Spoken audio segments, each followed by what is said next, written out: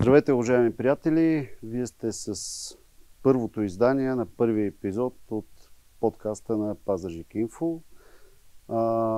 Време беше информационната агенция на област Пазарджик да има свое видеопространство, в което да обсъждаме с наши, ваши приятели, с хора експерти, обществено активни хора, важните неща, които се случват в нашата област, в нашия град, в нашите населени места, в държавата ни, а и в света.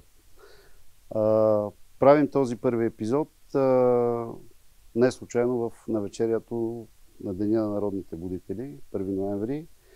И за мен е изключителна чест, че в навечерието на този най-български празник нашето първо предаване ще бъде с един наш съгражданин, голям наш приятел и човек, който няма нужда от специално представяне, професора Боян Дуранкиев.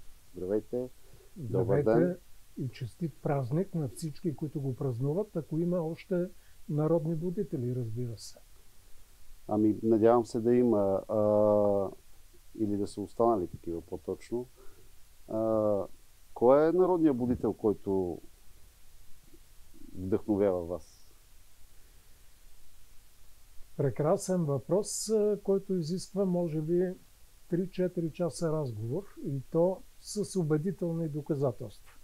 Но зад всеки от нас има някой като символ, като жалон, който е нещо повече от Бог даже, защото това е духа, който предаваш на следващите поколения. И в този случай едва ли ще бъда оригинален, ако кажа, че в мен, освен духът на Левски и на Ботев, будителя, който бих казал и изтъкнал днес като жив и изключително интересен, това е професор Андрей Пантев. Една личност, която устоя през тези 35 години на промени, на трансформации, да остане именно в онази магистрална посока на мислене, която дава различното мнение, което е наистина магистрално към бъдещето. Защото 35 години криволичим и се занимаваме с много неща, които едва ли сериозни хора биха се занимавали. Например, като идеята за пазарната икономика или за демокрацията, които в повечето случаи изглеждат вече от позициите на времето, именно като идеологии, а не като наука. И ако още позволите пак в тази посока, понятието неолиберален икономист е оксиморон. Или си неолиберален идеолог, или си икономист. Няма неолиберални икономисти. Има идеолози. Идеолозите убеждават българите 35 години, че това, което е в момента, е най-доброто. И малко само кожуха може да бъде закърпен тук-таме и нещата ще бъдат прекрасни. Или другата идея за демокрацията, която е доста сатирична, погледнато сериозно, тъй като това е едно разширение на една друга идея. Карл Маркс вярваше, че пролетарията ще промени бъдещето. Идеята за демокрацията е, че нещо по-широко от пролетарията, народа, тръгвайки от академика по ядрена физика и стигайки до онзи, който е на 18 години и не е прочел една книга, един вестник през живота си, имат равен глас. Изключително интересна и смешна идея, и резултатите са видими, така че в такива времена наистина са необходими народни будители, за да почистиме тази идеологическа мърсотия, в която се намираме. Извинявам се, че започнах с идеология, но няма как, тъй като времената са такива. Напротив, особено в такива дни, в такива моменти е хубаво да кажем, че все пак идеологии съществуват, без значение какви са, защото аз в последните 20 години, занимайки се с всякаква обществена работа, с журналистика, съм чувал много често, че идеологиите са умрели, че живеем в технократски свят, че са важни решенията. Даже това, което се случва в момента и в държавата ни, идеологически несъвместими партии, политически субекти се обединяват в името на някаква надидеологическа цел или аз не знам в какво.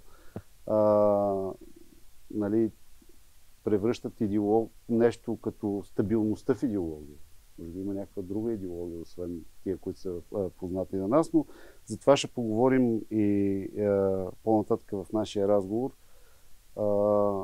Да започнем, предлагам от голямото. Тези дни се случва нещо, което не се е случило от 2019 година. Срещат се двамата световни лидери. Тръмп и президента на Китай. Какво очаквате да се случи на международната сцена? Нарочно започвам разговора от там, защото ако го започнем от България, има шанс да не ни стане ясна картината. България оставаме на страната, тъй като тя е страна, която е уредена, благоденствието цъфти, икономиката се развива. Има някакви дреболи, но какво от това? Ще се върнем при всички положения. Но връщаме се 35 години назад във времето, когато изведнъж се оказа, че имаме еднополюсен свят, в който доминира една единствена сила, Съединените американски щати и никоя друга, заедно с, да го наречем, нещо, което е елемент от Съединените щати, тъй като то е създадено от двама проамериканци. Единият е Моне, другият е Шуман. Декларацията на Шуман, която не е писана от него, между другото, които прокарват американската идея за Европейски съюз на, забележете нещо много интересно, на национални държави. А ако има съюз на национални държави, винаги това означава, че има битка между нациите. И ще продължи войната между нациите. Това не е обединена Европа, това е съюз, който няма, между другото, конституция. И в който доминира американската армия навсякъде, ако става дума за военно присъствие. Но от тези 35 години изведнъж се оказа, че демокрацията такава, каквато си я представяме в САЩ и в Европейския съюз, не работи така добре, както именно там, където има просветена демокрация и автокрация. И примера е много зловещ за нас и за САЩ, защото една страна, която никой не броеше в сметките преди 35 години, брояха се сметките Русия тогава, Руската федерация, изведнъж тази страна набра такова темпо и върви толкова убедително и подготвя план до края на столетието вече. Ние планирането сме го изхвърлили вече, тъй като то е според нас абсолютно излишно, че тази страна по паритет на покупателната способност вече няколко години изпреварва САЩ по общ брутен продукт на човек от населението също. И тя възприе това, което беше прогрес, и то икономически и социален прогрес в Народна република България преди 35 години. Защото какво означаваше икономическо развитие за мен, когато бях млад? Това означаваше повече заводи, повече производство, изнасяне на стоки качествени за чужбина и внасяне на неща, които са необходими. Изведнъж се оказа, че нашите икономики, американската и европейската, са се свили в развитието си, деиндустриализация в голяма степен, и причината, между другото, не е Китай. Защото една много интересна новина, може би за всички, прегледах току-що какво внасят САЩ от Китай. Над половината от внесената продукция от Китай в САЩ е от американски фирми, които са базирани в Китай. Така че, всъщност, най-големия порок на нашата система, която доведе до сегашното състояние, това е вярата, че лидера винаги ще бъде един и че най-доброто нещо е да изнесеш производството в чужбина, където има ефтина работна сила. И това го направиха американските компании, това го направи България, деиндустриализира се. И сега в момента ние с вас, поне аз, може би половината от това, което сме облечени или което потребяваме, е произведено в Китай. И то от европейски и американски фирми. И Volkswagen, и Siemens, и други компании, те са в Китай. Да, майките са тук, някъде по столиците, но факта е факт. Благодарение на тази глобализация Китай израсна, стана могъщ и в момента, както вие започнахте, имаме два центъра на влияние в света. Неоспорими. Даже няма трети. Няма. Това е САЩ, където татко Тръмп диктува на всички и навън какво да се прави. Вижте плахата позиция на Урсула фон дер Лайен, когато преговаряше с Тръмп. Тя се позабрави се, между другото. Аз не съм чувал даже и в международния обмен, вече не е споменал. Такова нещо не е имало никога, както сега в момента го има. Но Китай, там върват абсолютно спокойно, мълчаливо напред и се подготвят да бъдат абсолютни лидери в света през следващото десетилетие. Абсолютни лидери в света. Още повече, че някои от мерките на Тръмп, които той провежда в момента, не толкова с тарифите, той не се бори да връща американските компании от Китай в САЩ. Той това не може, няма как да го направи.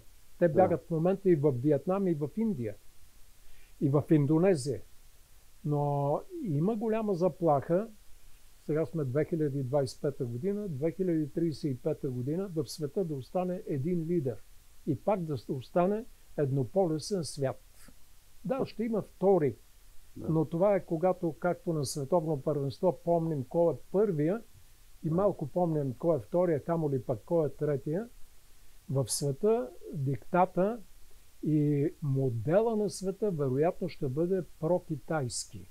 Чрез БРИКС или още повече през ШОС, Шанхайското обединение, което се развива между другото много бързо и остава само една малка искра, за да пламне барута на нашата територия. Много вероятно това да се случи, бързам да изпреваря евентуално такъв въпрос, ако се конфискуват руските активи, които в момента се намират в Белгия. Аз доколкото разбрах последните седмици, правителството на Белгия, специално премиера, не е много съгласен с... Никой не е съгласен, защото избягали руския актив оттам, конфискували се, защото ще реагира целият свят.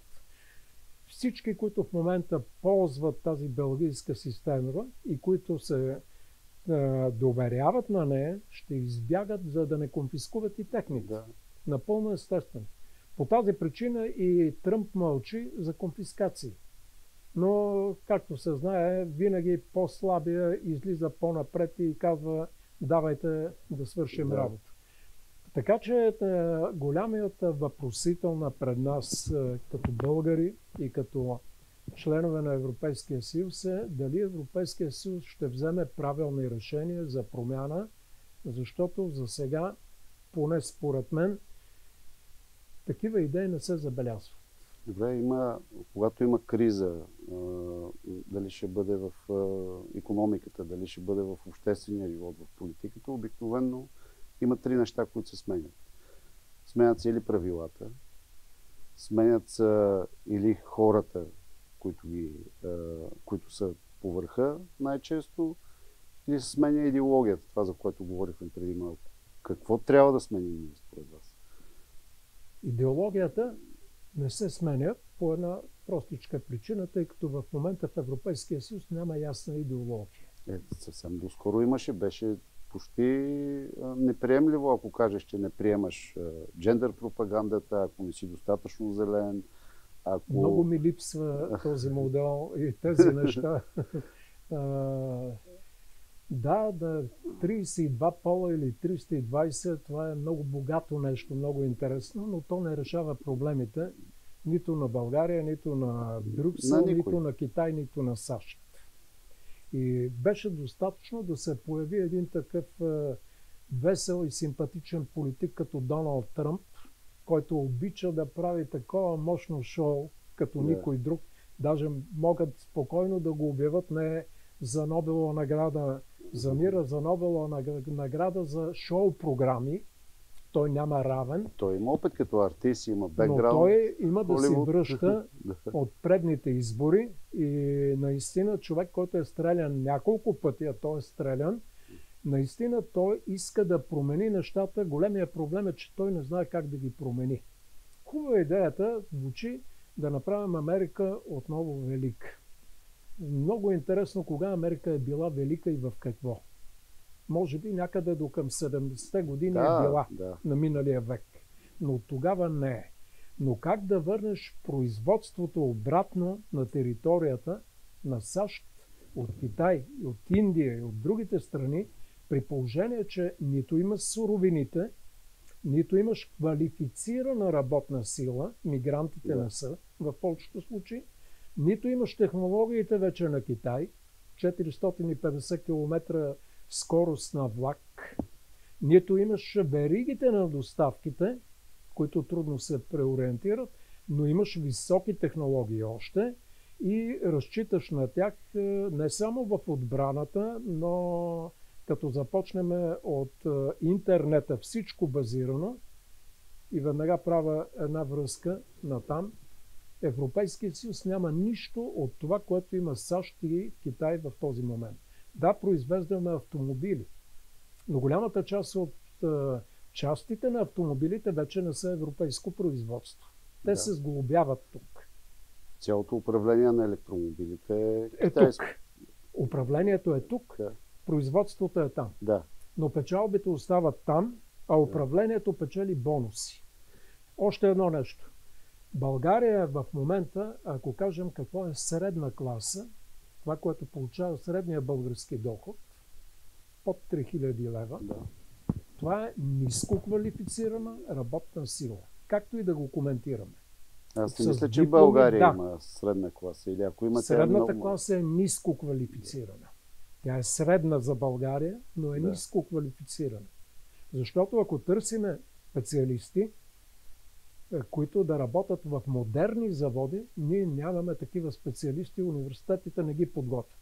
Университетите са корпорации, които печелят. Извинявайте, защото вие сте академичен човек, професор, преподавател, но аз си мисля, че ние на глава от населението имаме, може би, най-много университета, поне в Юго-Источна Европа. Абстрахираме се от бройката. Да, много университети, всеки може да направи университет вече в България. Всеки може да стане професор. Наблюдавам как стават професори за 5 години. От студентската скамейка до професор, голям доктор. Един огромен бизнес печеливш. Между другото, дискусията за университетите започна в САЩ преди 3 години. Защото там качеството е много вече ниско.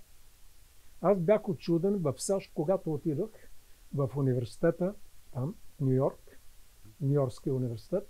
Бях учуден, че те учат математика студентите в първи курс, такава каквато са учили 8 и 9 клас нашите ученици.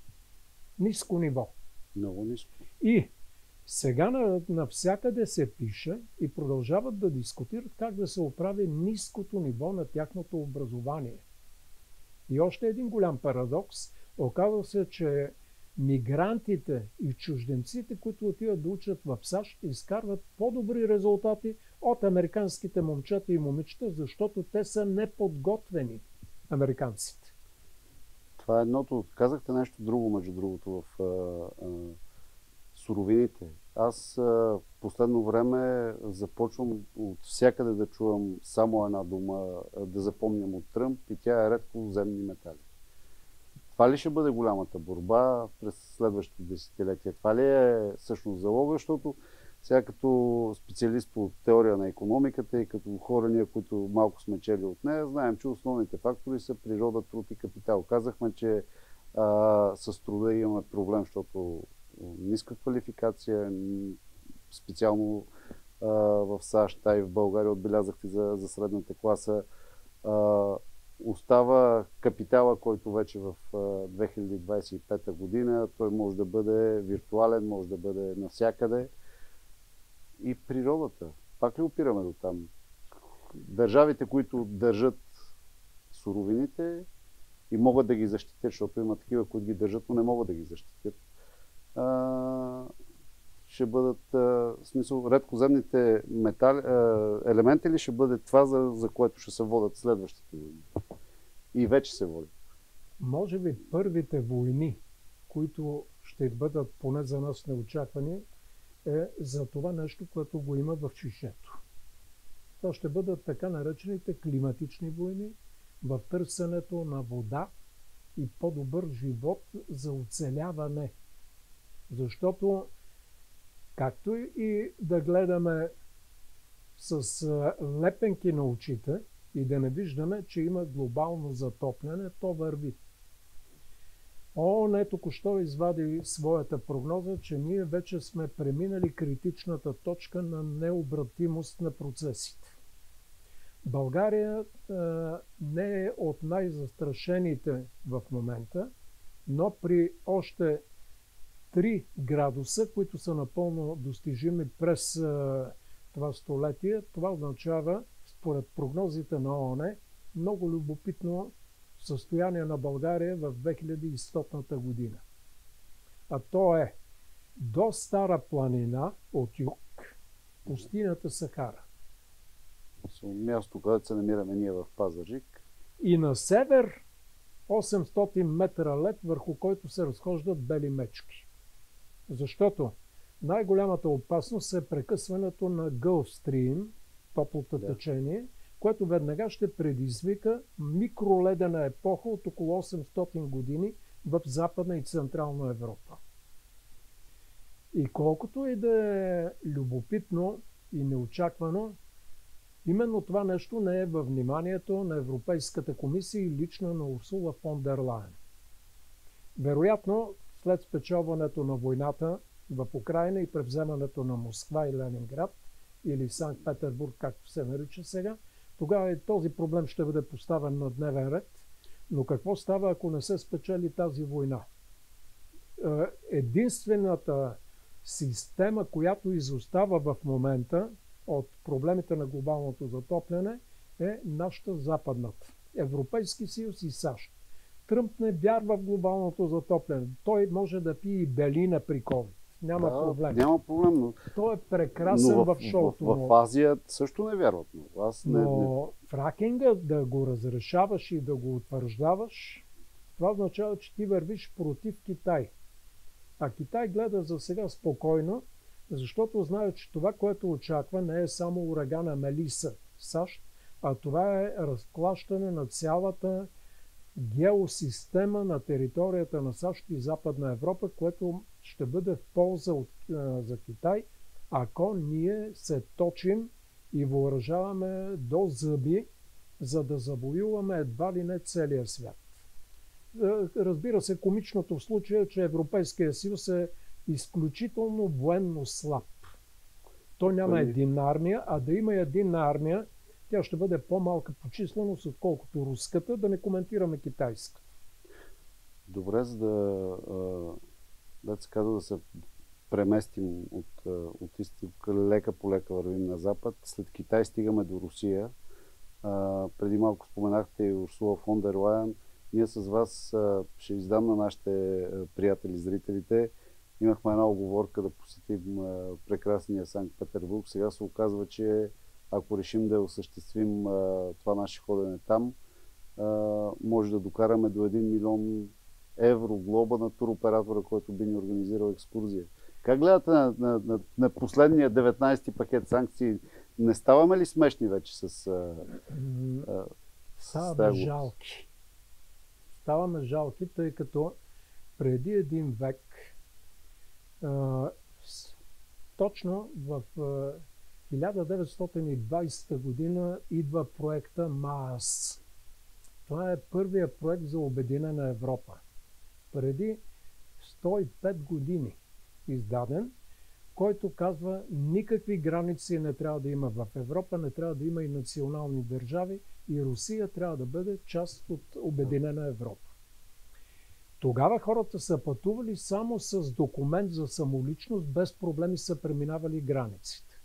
Сега се оказва, че имаме нова желязна завеса, само че този път ние я спускаме на изток и от изток я спускаме към нас, тъй като представете си какво означава руски граждани да дойдат да си посетят в Несебър, да си видят имотите, които имат, например. Но да забраниш на българи да отидат в Русия е много смешно, тъй като ние с вас можем това нещо да го направим виртуално, най-малкото, или да си извадим визи за Русия, да отидем с турските авиолинии от Истанбул до Санкт-Петербург, до Москва, което не може да наруши в съвременния свят връзките.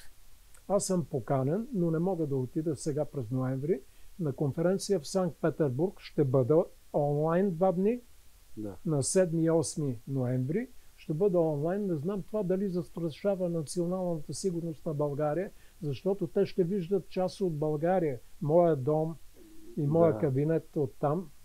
Но да забраниш, очаквам следващото е да забранят Чайковски, Достоевски и разбира се, в никакъв случай не трябва да слушаме Висоцки, този, който не се върна от боя, неговата песен и други работи. Жалка история. Ти не можеш да убедиш твоите граждани, че Русия е враждебна страна и те да не ходят сами, да пожелаят да не ходят. И затова им спускаш желязната завеса, но ще ви кажа още едно нещо, което не е красиво, но ще го кажа. Хубаво е, че няма да ходят европейците до Москва. Защо? Това е най-красивата столица в момента. Няма нищо общо с плачевното състояние на Париж или с Берлин. А те вече, аз отивайки, скоро бях в някои от европейските столици, те не приличат на европейски столици, те приличат на арабски гета. Жалкото е, че Москва е отишла толкова напред и е толкова красива и толкова спокойна. Аз се посетих през април на частно посещение, да видя какво е положението и разбира се да посетя една от най-великите картинни галерии и Большой театър. Затова отидох. Както отивам в Виена да слушам Кейти Мелуа или нещо друго.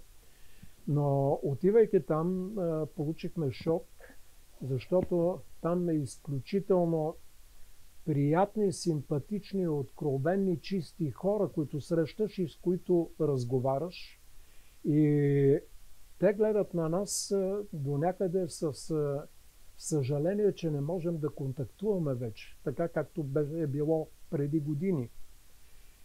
Обясних им, че ситуацията е различна и че със сигурност някъде ще се промени, но да забраниш посещението на културни ценности, нямам представа защо се прави това нещо, но вероятно допускат, че от тези, които съм оставил, да кажем някъде около 500 евро ми струва цялата екскурзия, 5 евро ще отидат за руската армия и ще я въоръжат. Това не е сериозно. Аз съм спрял да търся логика отдавна в много от нещата, които за съжаление казвам идват от Брюксел, защото аз съм човек, който смята, че нашето място исторически, географски, културно винаги е било в Европа и ние сме европейци. Даже без да има Европейски съюз, ние пак сме европейци. Но ме изумява брюкселската администрация всеки път, когато си отвори устата и човек си пусне телевизора, наистина може да се нагледа на всевъзможни неща. Според вас как ще приключи конфликта в Украйна? Тази война, която неминуемо трябва да спре, защото е голямо безумие. Не може да го отречем.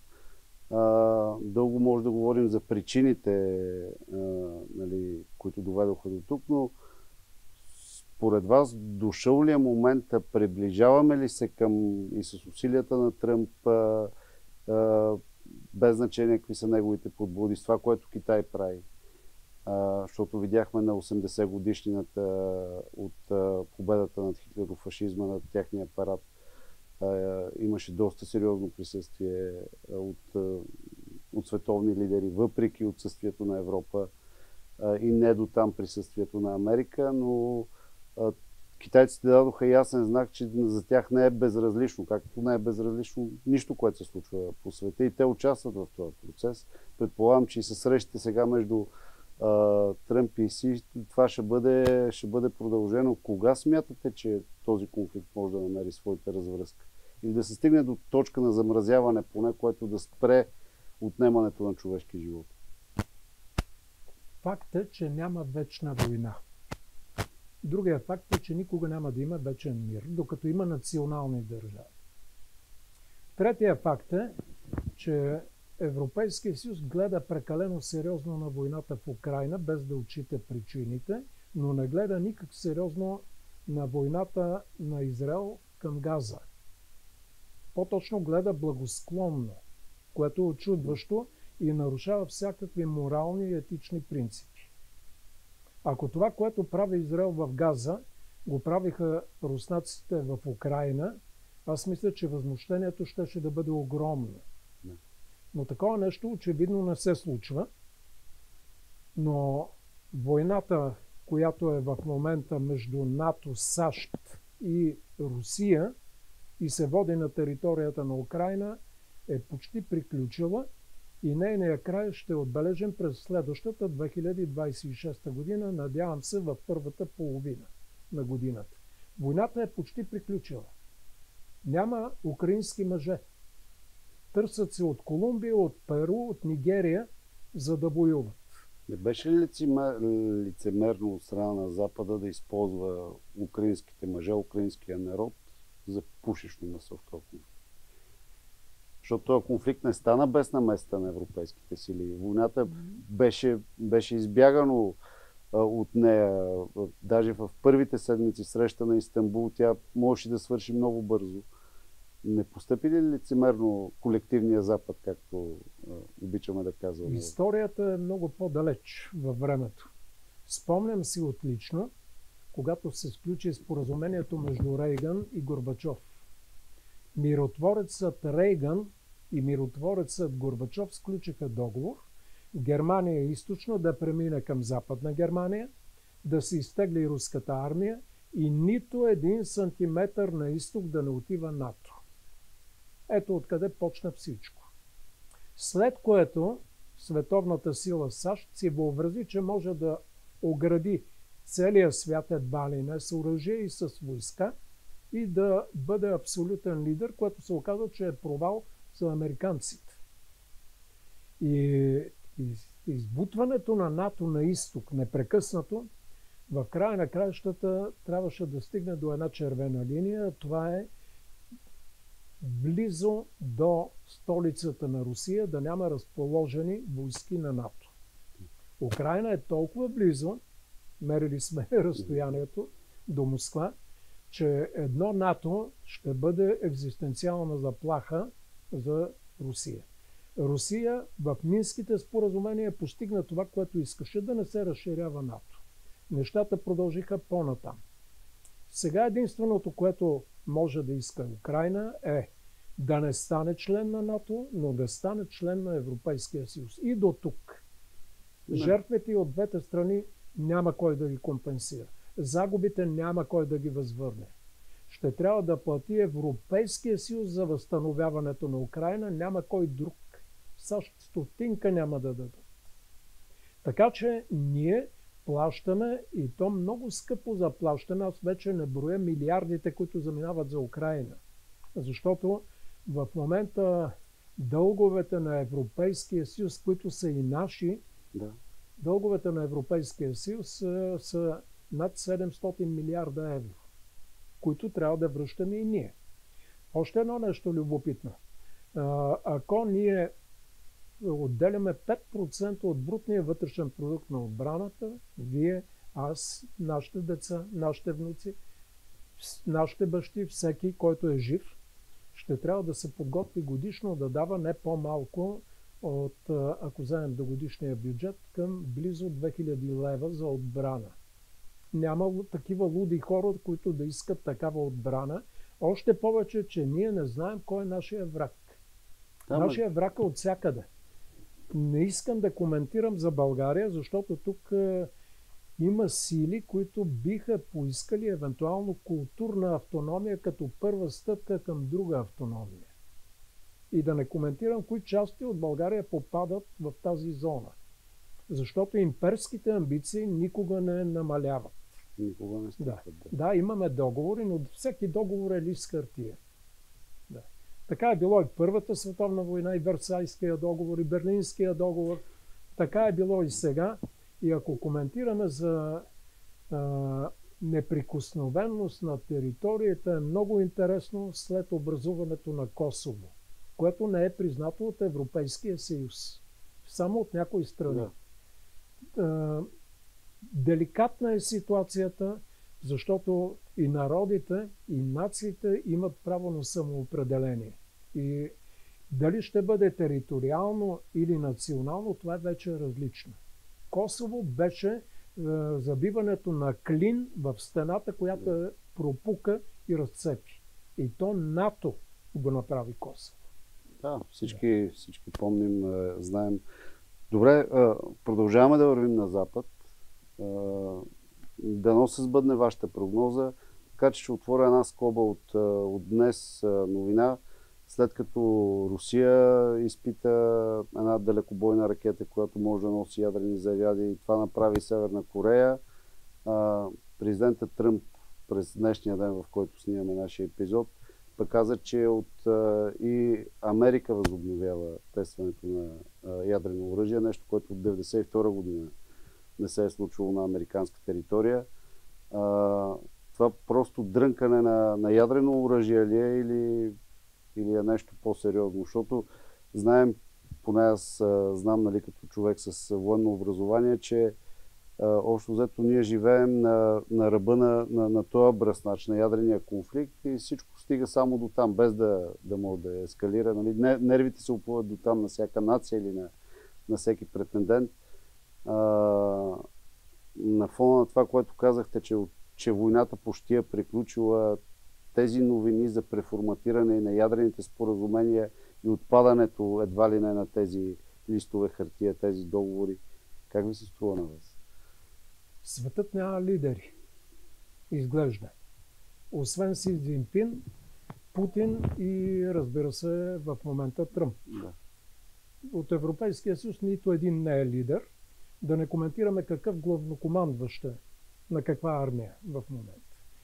Кои имат ядрени оръжия? При нас само Франция.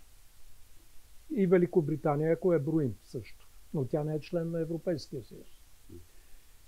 Къде стоим ние в цялата тази ситуация, Запада?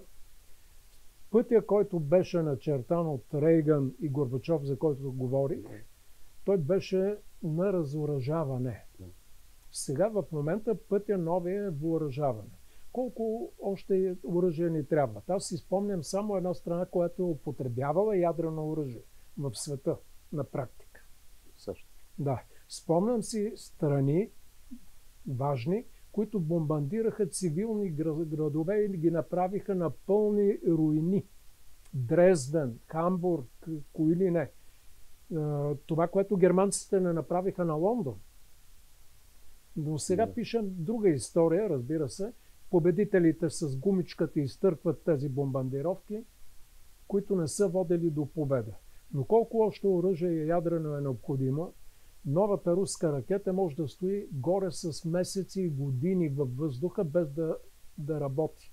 И няма кой да я свали. Тя лети на 20 метра над територията. Ако искаме война, трябва да правим ние такива бомби, само че ние ще правим барут, с който са работили войските на Наполеон. Това е много интересна идея. В 2020-30 година да произвеждаш барут. Когато другите правят дронове, когато технологиите, лазер е отишло напред всичко. Но най-големият проблем, кой ни е нашия враг? Аз не знам. Да, за кой са? Между другото, превъоръжаване до зъби, ядрено превъоръжаване, срещу кого ще воюва?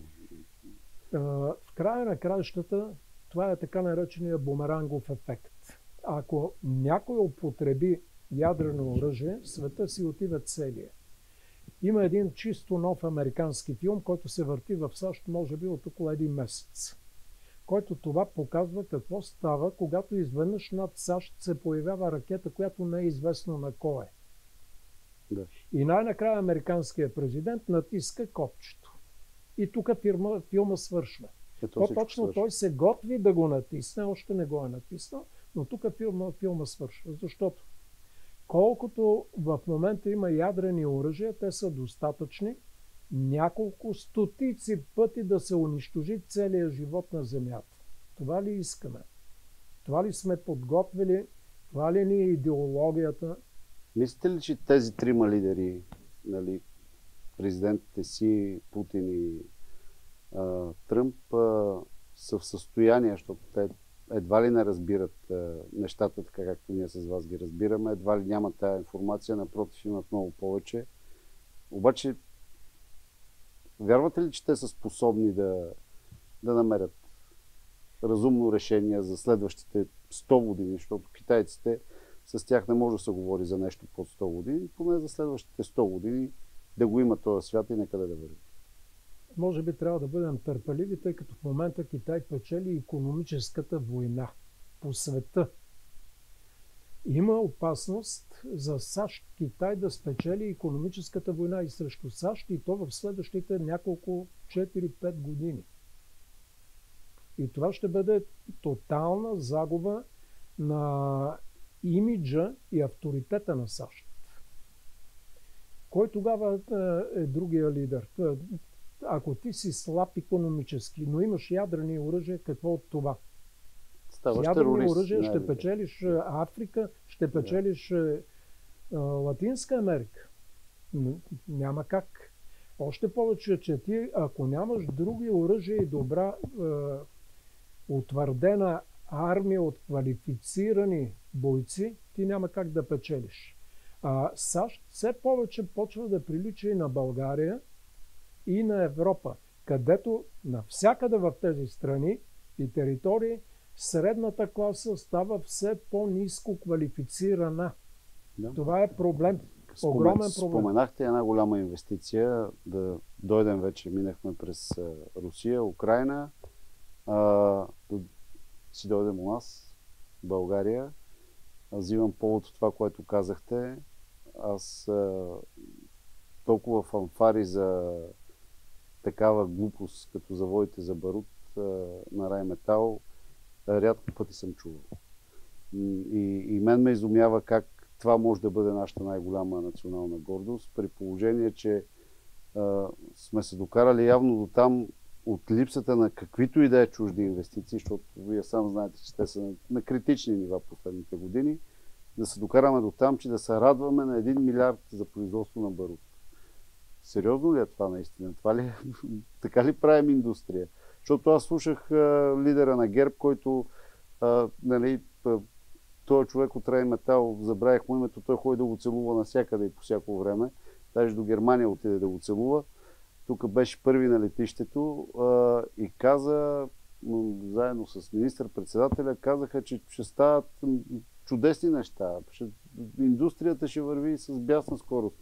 Мисля, сериозно ли е наистина това, което наблюдаваме въобще в нашата държава в момента? Ние нищо не наблюдаваме. Причината е следната. Първо знаем, че 51% от собствеността ще бъде на чуждата компания. 49% на България. Но не знаем второто. Кой ще плати този 1 милиард инвестиции? Защото има подозрение, че ще го направи България. И всъщност ще подари за ноу-хауто. Да. Третото обаче, което е много подозрително, какви ще бъдат щетите за природната среда в България от производството на барут, което е едно от най-мръсните производства. И четвъртото, което повдига въпроса на друго ниво, какво е това чуждестранна инвестиция? Има така наречените изсмукващи печалби чуждестранни инвестиции. Идват, купуват и почват да извличат само печалби, да ги пращат към територията на майката. Например, банките. Ако някой каже, че има българска банка, нека да го докаже, нищо, че има наименование българско. Да. Ако някой каже, че пие българска бира, да, около 2% от бирата е българска. Другото е на две супер големи компании. Американската Молсън Курс и другата Карлсберг, които са купили всички български големи марки. Те изсмукват печалби от България непрекъснато.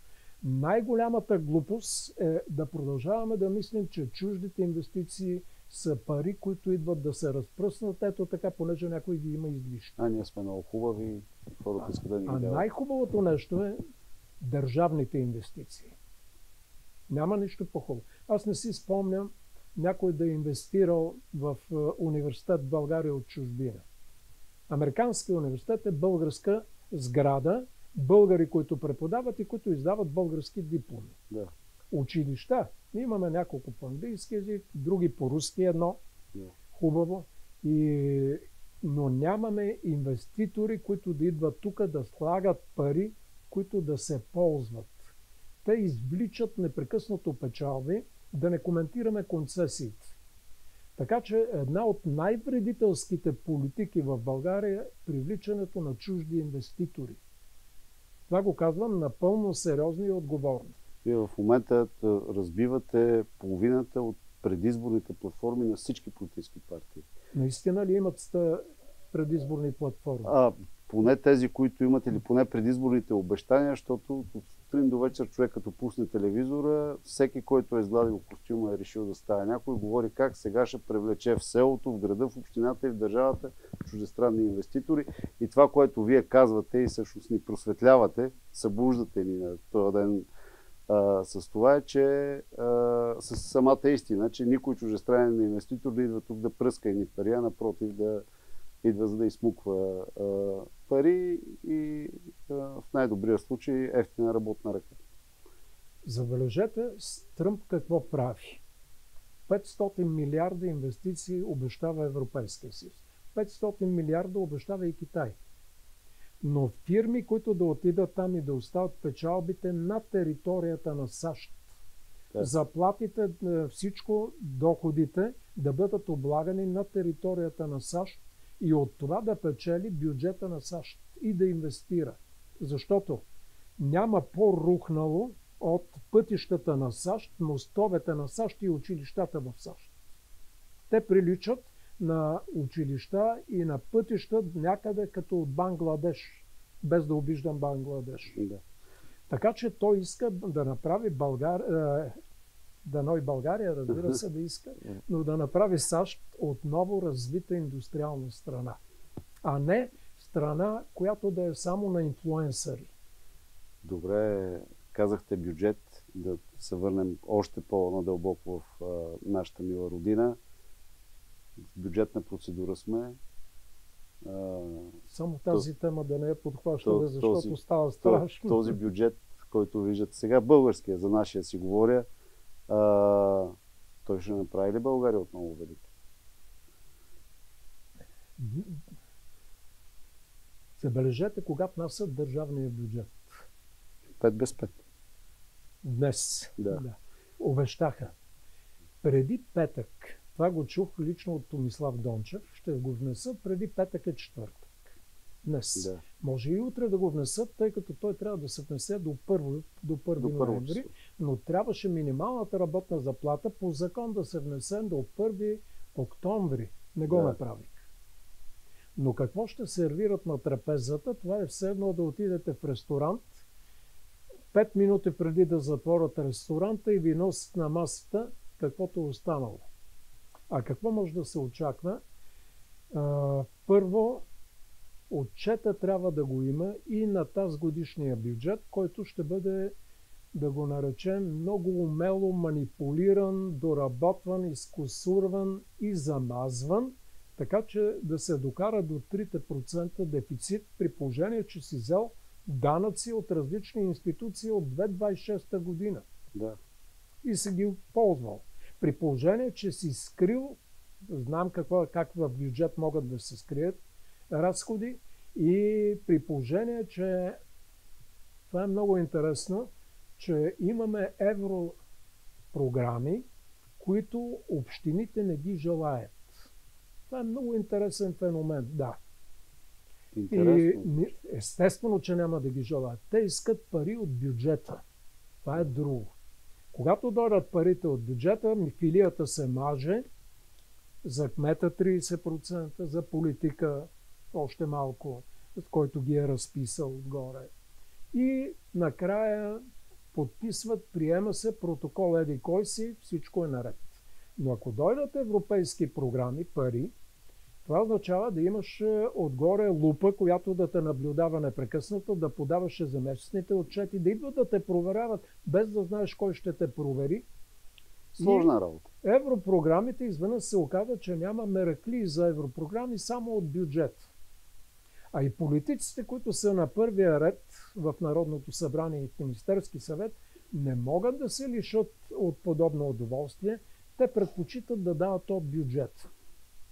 Пътя, който е до Русе, ще се строи от бюджета. Другите пъти ще се ремонтират без да има обществени поръчки, спешно и така нататък.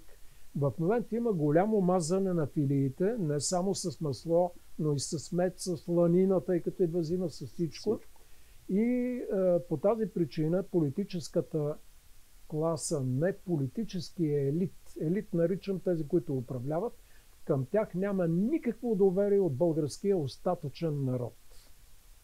И бюджета, който сега ще го отчетат 2/3, горе-долу положително, но за до година бюджетът се очертава да бъде много тежък. Първо, защото ще има по-малко приходи, тъй като част от данъците вече са събрани за следващата година. И тъй като много вероятно до година България и Европейския съюз да навлезат в лека икономическа криза. Пак ще го кажа, че стабилността на икономиката е изключение. Винаги изключение е стабилна икономика. Това, което не е изключение, е нестабилна и проблемна икономика. А ние в момента се затваряме на изток, ще увеличим някои доставки, ще имаме вероятно проблеми с петрола и с газта. Европейския съюз, значи и България. Да, днес научаваме, че Лукойл е продал всъщност Лукойл International вече е сключила договор с предварителен договор с потенциален купувач и да продължа, ако може, със себе си. Да. Със себе си. Купувачът е себе си пак, но това не решава нещата, защото ние непрекъснато режем веригите за доставки. И бяхме наистина недиверсифицирани към Русия. А сега сме недиверсифицирани от една друга страна, което означава, че ти пак не си диверсифициран. Да. Веригите на доставките на основните суровини и продукти, освен от Китай, в момента ги преориентираме към САЩ. Какво ще правим в бъдеще? Ами ако САЩ имат проблеми, ако САЩ дигнат цените и без това цените на техните въоръжения, които те продават, те са баснословни. Препоръчвам на Комисията за защита на конкуренцията да провери рентабилността на един F-16. И тогава да коментираме. Те са лесни за ревизия, защото са постоянно на земята. Да видим колко в края на краищата печели производителя и съответната държава. Естествено, че няма да го направи тази комисия. Те са от веселите комисии, които имат повече парадни функции, но не и реални функции на контрол. Както още един факт много интересен, проверих търговията колко се е увеличила за една година до ден днешен. Не се е увеличила търговията на дребно с 1 стотинка. И какво означава това? Това означава, че имаме не инфлация от търсенето, повече пари, които да купуват повече стоки, а инфлация от предлагането, което означава, че бизнеса дига цените непрекъснато по-малко, но си ги вдига. И инфлацията е 5,4% на годишна база, което е страшно, което изяжда спестяванията на обикновения човек и което пълни и помпа отдолу нагоре печалби към едрия бизнес. който получава и големи държавни субсидии, и европейски субсидии. Така че не само отвращението от политическия елит е огромно, но и отвращението към едрите милиардери и мултимилионери в България е огромно, защото човек, който не те разбира с неговите милиарди, защо ти да го обичаш? Така че ние навлизаме в кризисна икономическа година, при която по-силно ще бъде политическата криза. Тъй като политическия елит няма в момента никакви решения за бъдещето, освен той да бъде стабилен. Добре, само че от всичко това, което вие казвате, от моите наблюдения опит, когато отдолу ври и когато казана ври, той ври с заряд точно от социално напрежение. Повишени неравенства, растящи цени, сега идва и еврото от 1 януари. Това може ли да е предпоставка за някакъв социален бунт, за промяна на не просто криза в политическата ни система, защото тя е в перманентна криза. Ще оставим настрани, няма да коментираме, нали, такива стендъп комеди епизоди, като това, което лидера на ГЕРБ направи. Ще си спестим и двамата разговора за левицата, макар че искам накрая на нашия разговор да кажем няколко думи за лявото, просто защото ние не можем да пропуснем с вас като леви хора тази тема. Но очаквате ли това социално напрежение наистина да доведе до някаква радикална промяна в политическата система в България? Не в самата система, що пък не е системата? С една дума, без да мисля, не. Тъй като няма игри на глада в момента. Нямаме гладни хора. Имаме бедни хора, но гладни хора. Дали ще имат 20 лева повече или 75 лева повече, нито ще бъде решение на техните проблеми, защото самата статистика е така направена, че да прикрива истините. Например, може ли човек да живее без жилище на палатка, както в САЩ или в каравана? В България са малко, но да си купиш жилище в България при ненормални цени на жилищата и при положение, че черния и сивия бизнес в момента изкупува жилища на поразия, защото си въобразява, както купува и криптовалути, и си въобразява, че от това някога ще печели. Това няма да се случи, но в момента няма заряд, който да е способен да гътне политическия елит. Няма, тъй като няма гладни хора. Второто. Политическият елит се е подсигурил. Така наречените силови структури са получили неимоверни блага, така че те ще бранят този елит до последно. Трето. Съдебната система, където заплатите са 23 000 лева, отделно при оправдателни присъди на член на съдебен състав по 200 000 лева, под масата и така нататък, там също са се уредили да поддържат статуквото. И стигаме до последното. В момента няма нито една реална опозиционна сила. Би било редно да има алтернатива на това, което е, но в момента няма алтернатива, тъй като елита на основната по дефиниция опозиционна сила, а това е БСП, даже без Обединена левица, тя не е алтернатива Обединената левица, тя е апендикс, който лесно може да се изреже и не е проблем. БСП би било редно по дефиниция да е алтернативата. И морална алтернатива, и икономическа алтернатива, но БСП е загубило темпо, образ и влияние. Да изкараш 11 точки за промене на данъчната система в края на октомври, това го направи БСП, въпреки че това не са негови 11 точки, твърдя, без да споменавам кой е писал повечето. Това нещо го направи БСП в края на октомври, когато разговори за провеждане на данъчна реформа се започват през март-април най-късно. а не да извиваш ръце в последната секунда. Добре. Това е просто пред публиката. Това устройва, да го наречем, елита на БСП, тъй като казва, ето вижте колко сме добри, ама ето положението е такова, няма как, гледаме до година. Добре, вие казахте алтернатива, понеже тези дни се появи един от бившите председатели на БСП, Корнелия Нинова, и всъщност конфликта с нейните наследници, защото те наследиха част от нейните хора, от нейния екип, и Зафиров, и Гуцанов, и Вигенин, и Стойнев, нали, са хора от нейното обкръжение.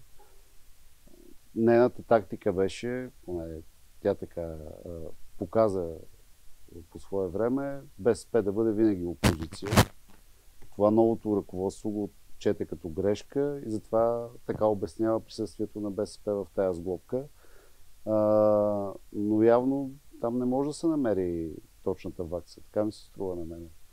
Нито с кой да управляват заедно, нито с кой да са в опозиция заедно. Когато си против нещо, първо трябва да кажеш какво ще промениш, за да стане по-добре. За съжаление, Корнелия Нинова, поне в масовото съзнание, се появява само като контра на това, което е, но не и като човека, който е способен да даде решението. Тя и в момента, и Калоян Методиев, и цялото обкръжение само сигнализират, вижте какви отвратителни решения, вижте колко е зле. Това не е достатъчно. Още повече, че Корнелия Нинова на времето гласува в Народното събрание в полза на Пеевски, когато той стана шеф на ДАНС. Тогава цялата парламентарна група на БСП няма значение. Тя имаше право да не гласува. Нали? Можеше, да. Можеше. И тя и много други хора. Но тя в момента не е алтернативата. Тя е носител на контрата против сегашното и той най-вече против модела ГЕРБ, защото трябва да добавим модела Доган, модела Пеевски, също модела ИТН, също много модели. За съжаление, към всичките модели сега ще пришием още един модел. Това е модела БСП Обединена левица, която се вписа идеално в новата сглобка. Което означава, че ти нарушаваш твоите морални принципи. Ти можеш да останеш отвън, да подготвиш данъчна реформа, да предложиш друг тип решения в момента, например, изпускане на елементарни неща. Например, едно от най-важните като икономист, казвам, е, че много неща са вързани към средната работна заплата, а не към минималната. Yeah. Така че в момента, в който увеличиш на тези, понеже средната работна заплата е по-нагоре, моментално средната заплата скача и пак трябва да увеличиш пак на силовия сектор. Ама вие нали знаете, че днес средната работна заплата тя не е вързана само с заплатите в държавната администрация и силовия сектор, а и с заплатите на народните им представители. Разбира се. Да. Така че едва ли очакваме те да променят това нещо, защото те имат актуализация. И не само те, целият държавен апарат. Но на края на нашия разговор все пак да кажем няколко неща за това, което така разтреси политическата обстановка последните седмици. Пазарджик и изборите в Пазарджик, понеже ние сме в Пазарджик. Нашата медия е пазарджишка. Вие също живеете в нашата община. Виждаме, че така отката от тези избори продължава още, които нали, бяха избори, които никога не бяхме виждали, никога не бяхме правили. Как вие видяхте това, което се случи в Пазарджик? И като избори, и като резултат, и като това, до което доведе след това държава. Тъжен финал, вероятно. Честито на печелившите. Нищо неочаквано, поне според мен не се случи. По-точно очакваното е неочакваното в случая. Защото изведнъж се появи някаква сила от нищото. Тя от нищото идва, от нула, нали? Представители, която спечели убедително. Но отново стигаме до онзи неприятен момент, какво е демокрацията. Колко отиват да гласуват първо? Защо не е задължително за всички? Уж по закон е задължително. Но не отиват да гласуват, което означава, че някакво малцинство избира кои да бъдат неговите представители. Това е първия факт, че в момента нямаме онова нещо, което са го замислили идеолозите. Те са религия повече на демокрацията. Демокрацията е религиозна вяра, че народът е много интелигентен, всички са добронамерени и ще гласуват за тези, за които трябва. Така че по аксиома вече виждаме, че демокрацията е нещо странно и загадъчно, очаквано обаче, което дава неочаквани резултати. Поразителното е, че в момента през Пазарджик се наблюдава един стресов момент във всички останали партии, защото Пазарджик, края на краищата, не е България. Това нещо никога няма да се случи в София. Никога няма да се случи във Варна или в Бургас или даже в Пловдив. Няма. Защото ако сметнем колко са от този тип партии, които са на база прехвърляния на дерибей от стара партия в нова партия. Това си, някои от тях са изключително познати дерибей и физиономи, които никой не брои за авторитети. В края на краищата получаваме един резултат, който не е толкова важен за България, но е съдбовен до някъде за Пазарджик. Още повече, че имам подозренията и вероятно не само аз, но някои от другите, които не са от новото начало, вероятно са с предварително споразумение за единни действия в края на краищата и вероятно ще се проявят като такива единни действия, при което четиримата, ако не се лъжа, представители на БСП Обединена левица, имат пълното право да слагат прът в колелата на заговора на ново начало и на втория, непознат за мен, как ще се нарича, заговор на другото обединение. Така че е сложна ситуация, но в края на краищата нито ще решат проблемите с училищата, нито образованието ще подобри качеството, нито здравеопазването ще стане по-ефтино и по-малко корумпирано, защото то е корумпирано здравеопазването изключително много и в Пазарджик. Това не е пазарджишки феномен. Добре. Аз мисля, че почнахме от Тръмп и си стигнахме до Пазарджик и до изборите в Пазарджик. Има ли нещо вие, което искате да споделите, нещо, което да си кажем, нещо, на което сме забравили или не сме обърнали внимание в тази наша среща? Ако продължаваме като финал да очакваме неочакваното, то е до година да се появи партия на президента, който е в момента Румен Радев. От това треска ги тресе в момента всеки един политически елит. Но и ги държи заедно.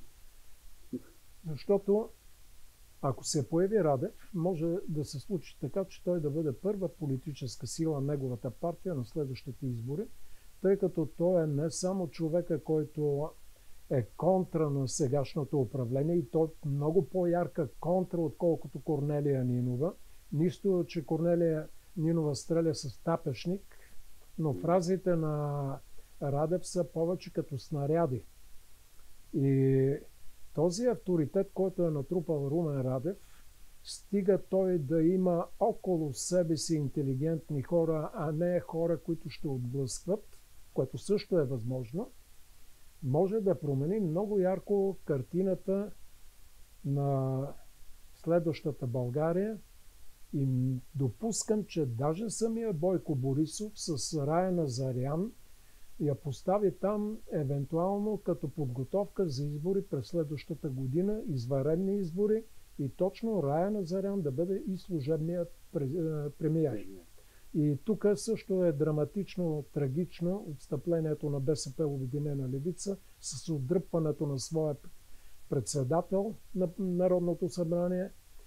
Така че да може да очакваме неочаквани неща през следващата 2026 година. Не всички добри, но някои неща, които ще променят посоката. Все пак има и редовни президентски избори 2026 година, така че при всички положения ще бъде интересно.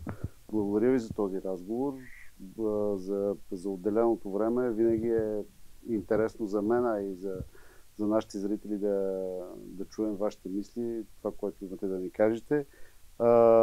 Надявам се, че ще може да разчитаме на вас и в следващите издания на нашия подкаст. Винаги, когато има нещо интересно, на което имате желание да обърнете внимание, сте добре дошъл в нашия ефир и в нашата медия, както винаги. Така че благодаря ви още един път и желая. Благодаря на вашето благодаря. Успех на медията и разбира се, дано всички, които ни гледат и слушат, да имат малко повече увереност, че по-доброто предстои.